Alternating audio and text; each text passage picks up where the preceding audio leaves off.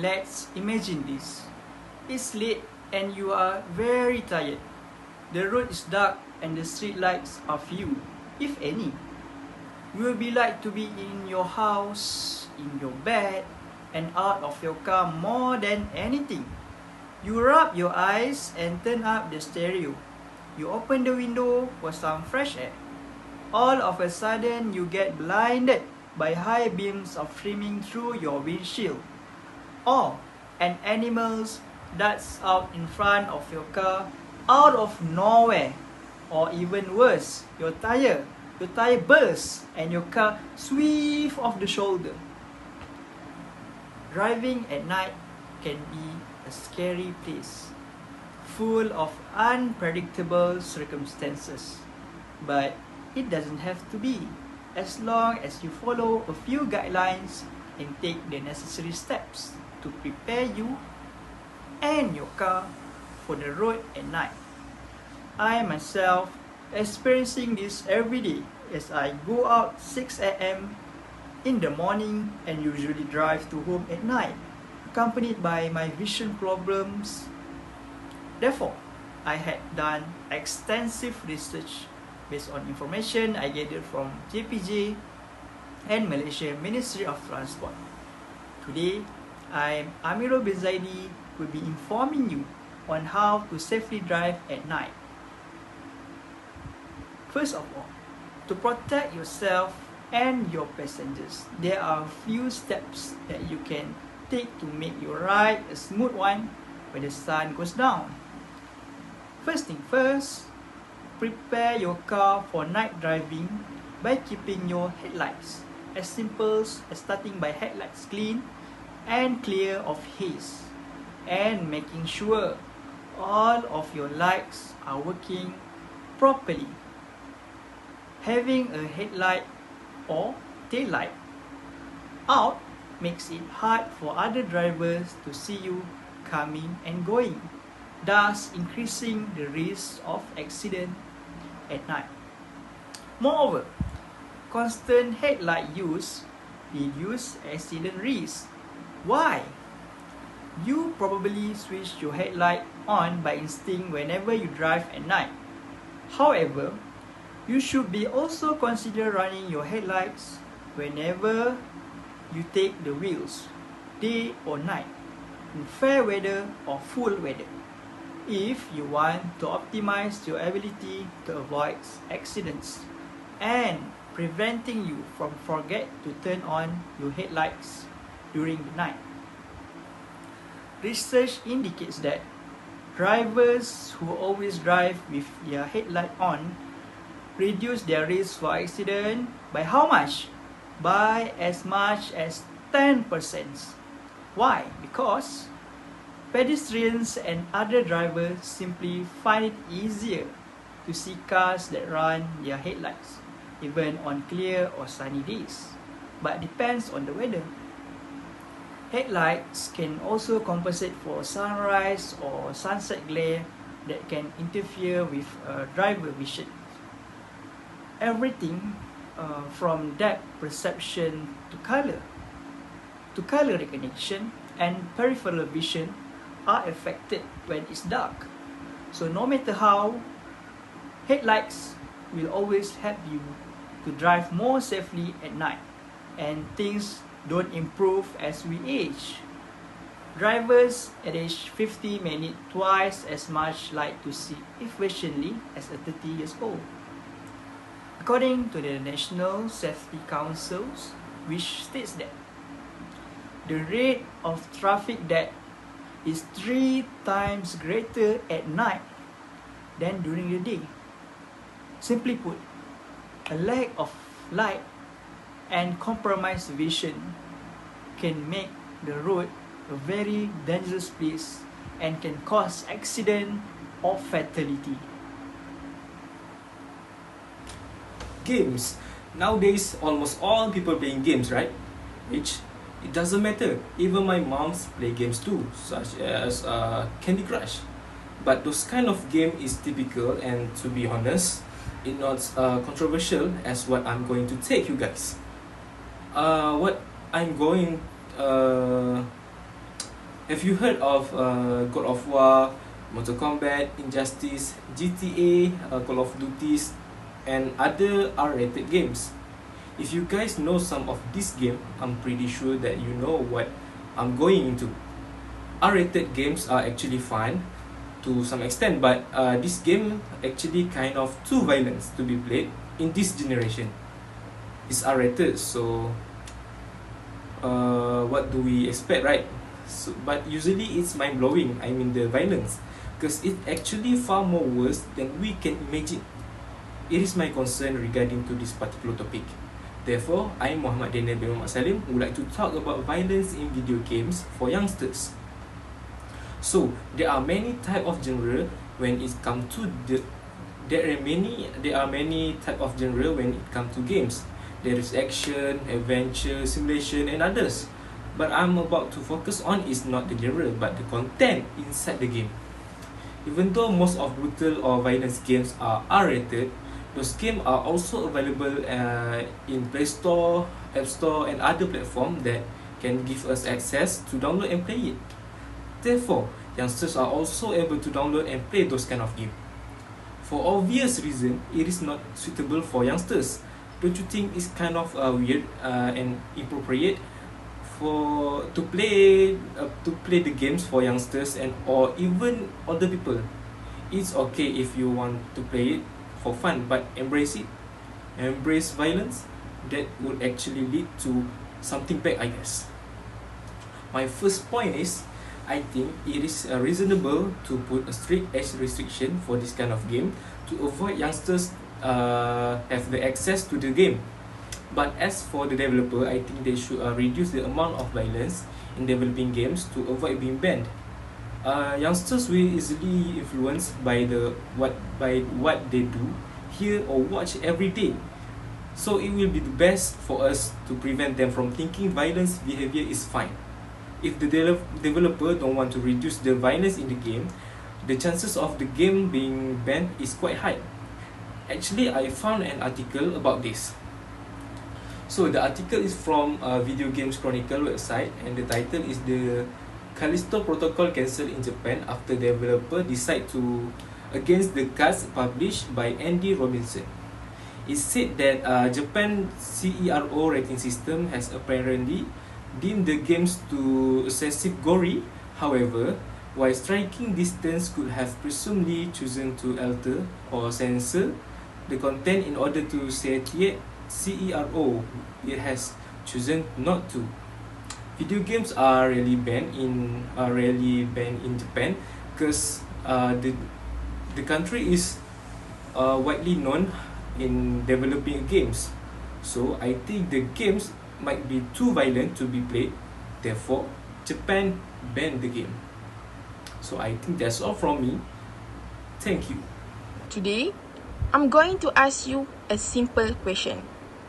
So, have you guys ever felt like you constantly get exhausted and sluggish, that you started to develop a feeling of faint, dizzy, and shortness of breath, even if after doing a simple task, like maybe even after walking up a stairs, or maybe even after doing nothing? Then you started to realize that your hair started to lose, you have a brittleness, your skin getting paler day by day.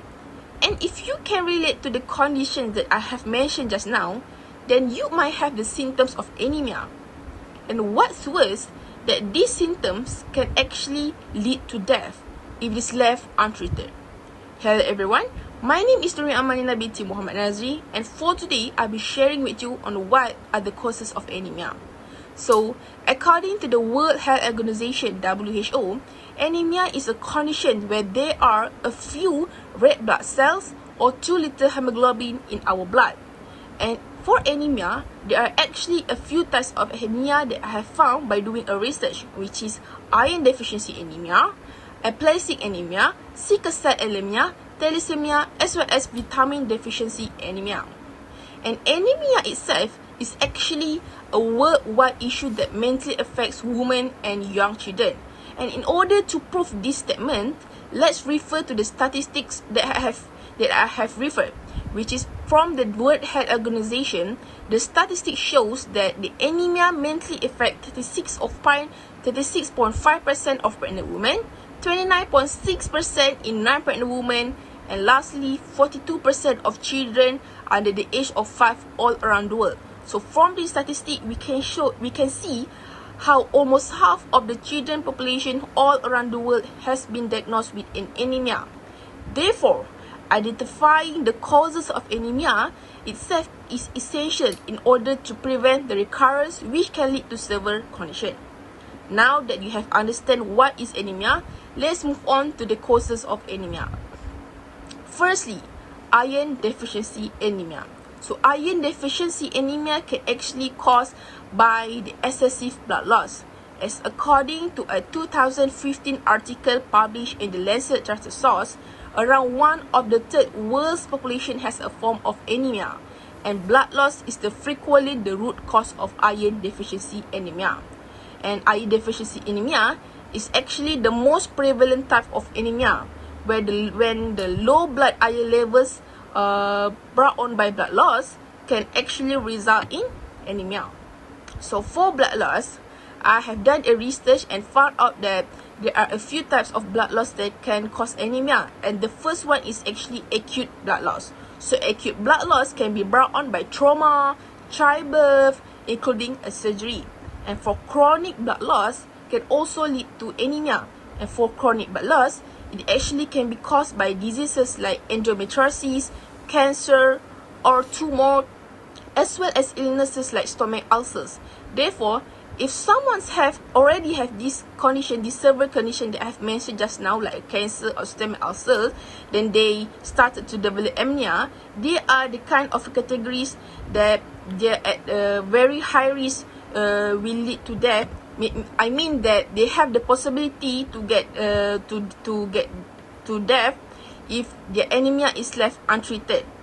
And then the next one is that how anemia is, we can know that anemia can be caused by blood loss. However, frequently anemia more frequently brought on by ongoing blood loss. So ongoing blood loss here, after that research, I have found out that even a menstrual bleeding also can cause an anemia. So most people, they thought that having a symptoms like dizzy, faint, having a symptom like a pale skin during their period is normal since they lost their blood. However, it's actually abnormal if the symptom is constantly happen even after you get a rest.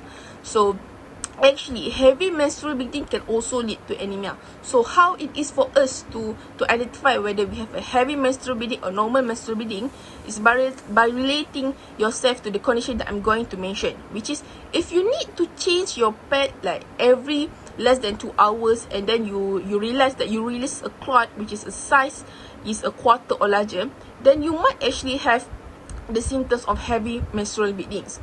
So how does a heavy menstrual bleeding can lead to anemia is when the situation that the iron that found in our body is lost when we lost our blood during a period.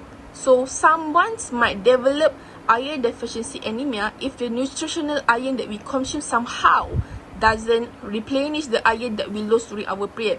So if someone have heavy menstrual bleeding and they constantly can relate to the symptoms that I have mentioned just now, that they might also have anemia. So what we need to do in this situation is for you to seek a doctor in order to solve this issue. And the next main idea I'm going to present in the next video. Hello and good morning to everyone. How are you guys feeling today? I hope that none of you are feeling under the weather and that you guys are all doing just fine. Okay, so now I want you guys to picture this in your mind. Mariam, 17 years old, should have been preparing for her SPM exams in February last year. But instead, she was about 6 months pregnant and living in a shelter home for unwed mothers, surrounded by other teenage girls she barely knew. Instead of learning about math and science, Mariam was learning how to diaper a baby and burp a baby, using a fellow shelter girl's newborn as practice. But the biggest lesson she had learned was that having sex can get you pregnant, which is something she didn't really know before. Now, Mariam is stuck in a shelter. She can only stay for up to 3 months after giving birth, and after that, she has to make way for another expectant, unwed teenager. Mariam's story is not uncommon because the same thing happened to the next girl.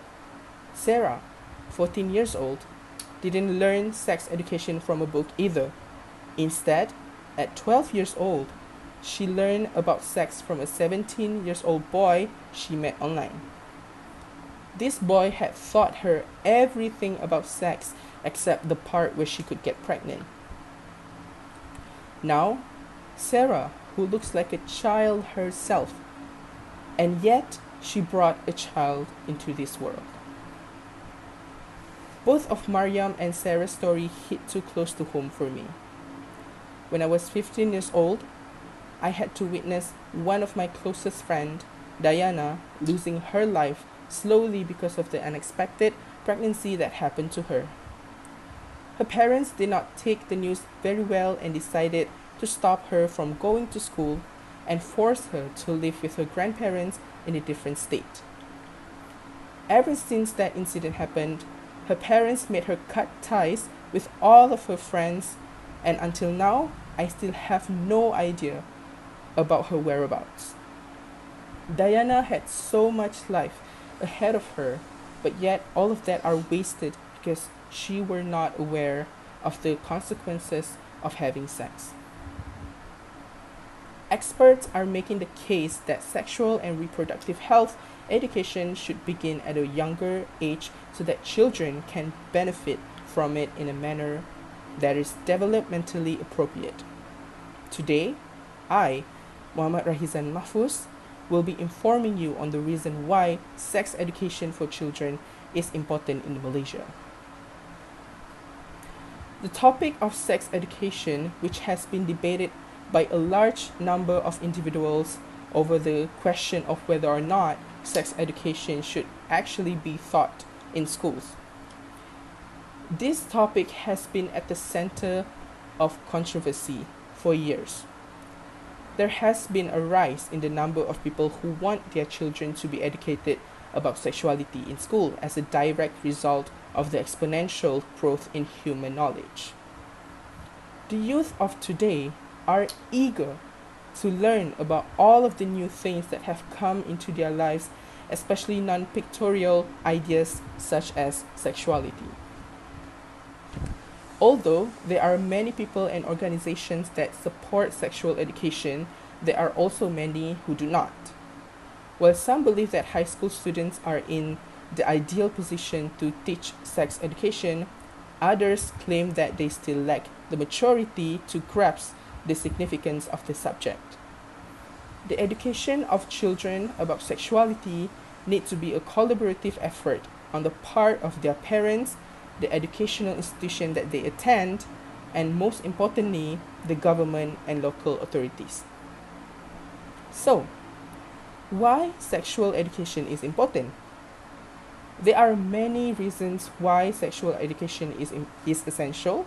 However, I believe that one of the most significant ones, which I'm going to talk about today, is that it helps reduce sexual problems such as child grooming and child marriage.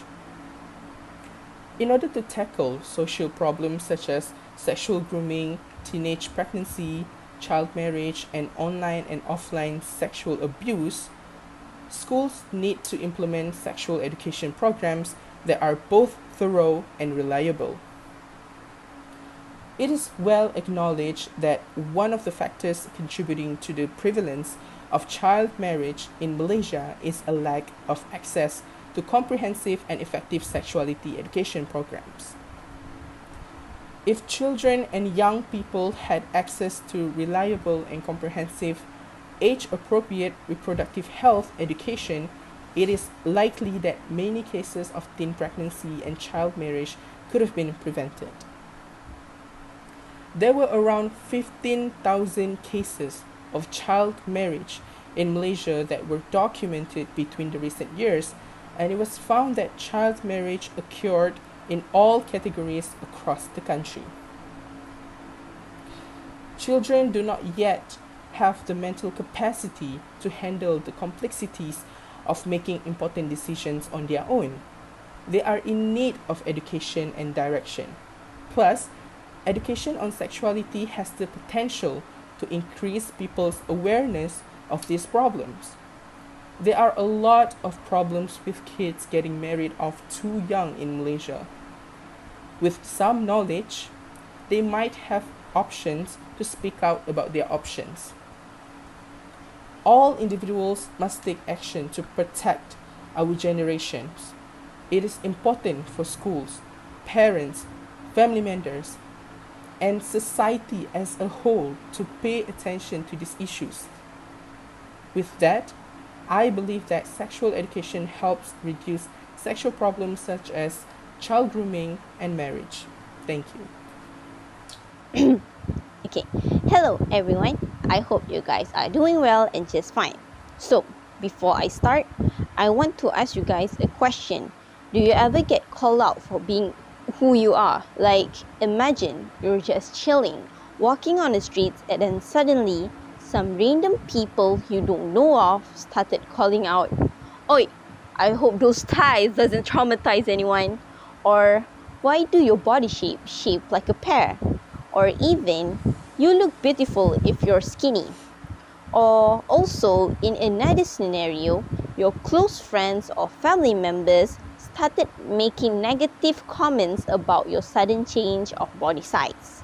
That, ladies and gentlemen, is called body shaming, an act of humiliating somebody's body size by giving them inappropriate comments about one's body.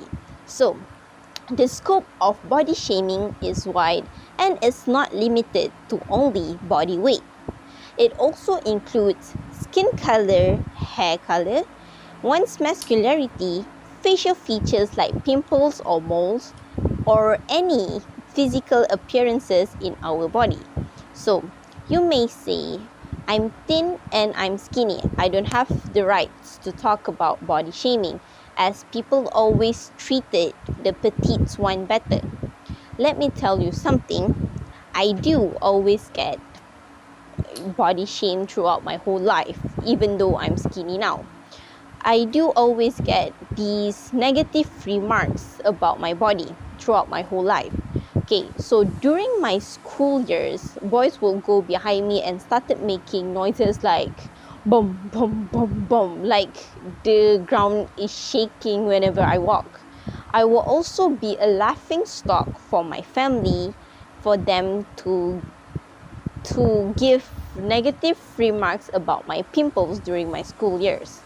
I, ladies and gentlemen, am too is the victim of body shaming, and I, Nur Hidayah binti Mazdan, will like to stop the act of body shaming by giving this speech.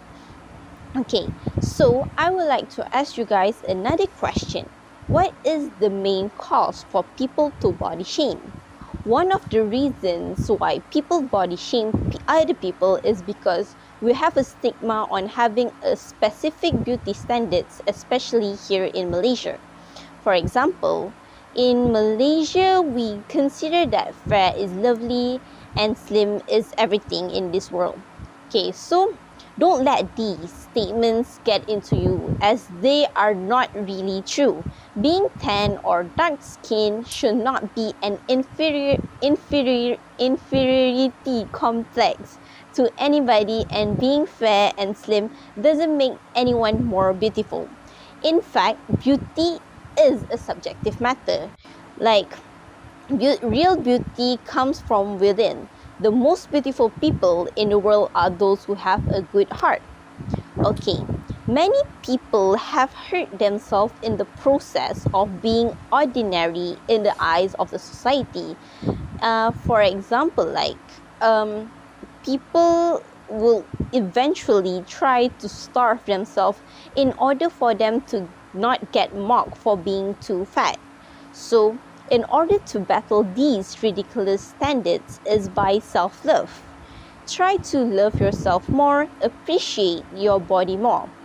Every body type, sizes, and appearances is beautiful, and it is completely normal if you have a condition like cellulites or having stretch marks.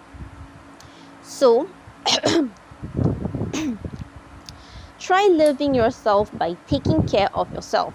For example, doing some skincare routines or eating healthy, go take yourself on a gym. Okay, so when you start taking care of yourself, you will eventually love yourself. So therefore, the existence of beauty standards will lead to body shaming if they do not fit into a certain criteria.